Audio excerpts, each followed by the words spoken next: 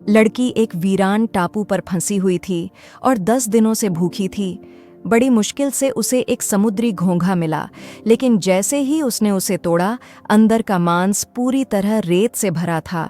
फिर भी उसने वह मांस मुंह में डाल दिया, लेकिन जैसे ही पहला कौर लिया, तीखी बदबूदार कच्ची गंध से उसका सारा खाना बाहर निकल आया। उसी वक्त उसने सिर घुमाया और दूर बैठे एक युवक को देखा। उसके सामने ताज़ी मछली की प्लेट थी, जिसे वह खास चटनी में डुबोकर खा रहा था। पेट भरने के लिए लड़की ने तय किया कि वह थोड़ी अदाएं दिखाएगी। वह कमर मटकाते हुए उसके सामने इधर उधर घूमने लगी। कुछ ही देर में युवक ने उसे बुला लिया, लेकिन उसने एक अजीब शर्त रखी। पहले उसे चूमना होगा। लड़की ने सोचा, इसमें उसका क्या नुकसान। वह आगे बढ़ी और एक मीठा चुंबन दे दिया।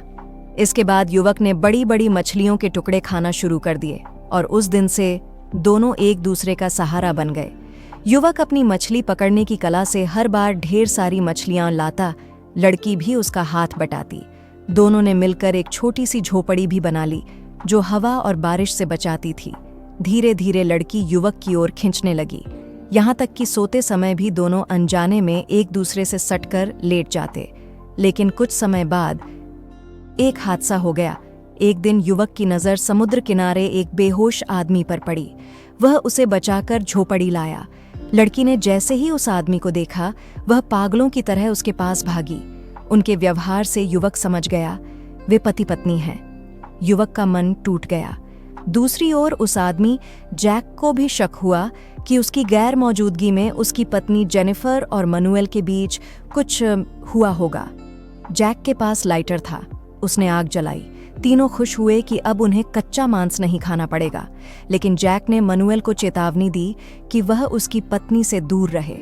मनुएल ने कुछ न कहा, बल्कि अपना खाना भी उन दोनों के साथ बांट दिया, लेकिन जैक ने शुक्रिया तक नहीं कहा। ऊपर से झोपड़ी को 2 हिस्सों में तोड़ दिया। मनुएल से और बर्दाश्त नहीं हुआ, उसने झगड़ा कर लिया। कसम खाई कि अब वह उनके लिए मछली नहीं लाएगा। जेनिफर ने जैक को मनाया कि वह माफ़ी मांग ले, क्योंकि बिना मनुएल के वह 3 दिन भी नहीं टिक सकते थे। लेकिन जैक जिद पर अड़ा रहा। दोनों ने केकड़े बटोरे, लेकिन ज्यादातर जहरीले थे। जैक उल्टियां करने लगा। उधर मनुएल रोज खूब मछलियां पकड़ता, कभी कभी छुपकर जेनिफर को भी दे देता। जेनिफर ने बदले में उसे जैक का लाइटर दे दिया। जैक को पता चला तो उसने गुस्से में मनुएल को मारा और उसका खाना भी ले गया। लेकिन उसकी नज़र अब मनुएल के डाइविंग मास्क पर थी। वह चुपके से मास्क चुराकर समुद्र में कूद गया। मनुएल को जब पता चला, वह समुद्र में उतरा और घमासान हो गया। जेनिफर मनुएल को रोकना चाहती थी, लेकिन खुद मनुएल की हवस का शिकार बन गई। पहले उसने रोकने की कोशिश की, लेकिन कहीं न कहीं उसका भी मन मनुएल पर आ चुका था। कुछ समय बाद जैक लौट कर आया।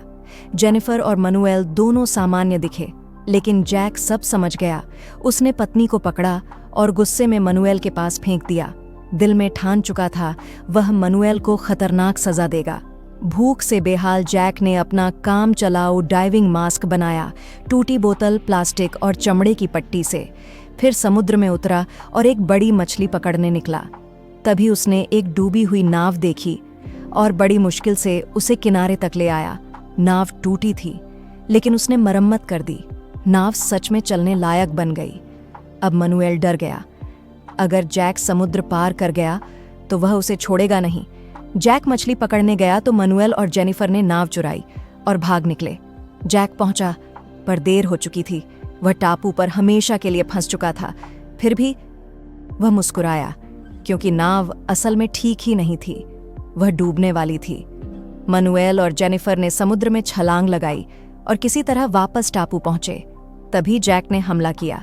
भाला मारकर मनुएल को समुद्र में गिरा दिया और वहीं उसका अंत हो गया। जैक ने जेनिफर को बांधकर सजा दी और वह मजबूर होकर उसकी बात मानने लगी। धीरे धीरे दोनों ने फिर से झोपड़ी बनाई और कठिन जीवन जीने लगे। कई महीनों बाद एक टूरिस्ट आया। जेनिफर को उम्मीद नहीं थी। वह खुशी से उछलकर उसकी नाव में बैठ गई। टूरिस्ट उसे ले जाने लगा।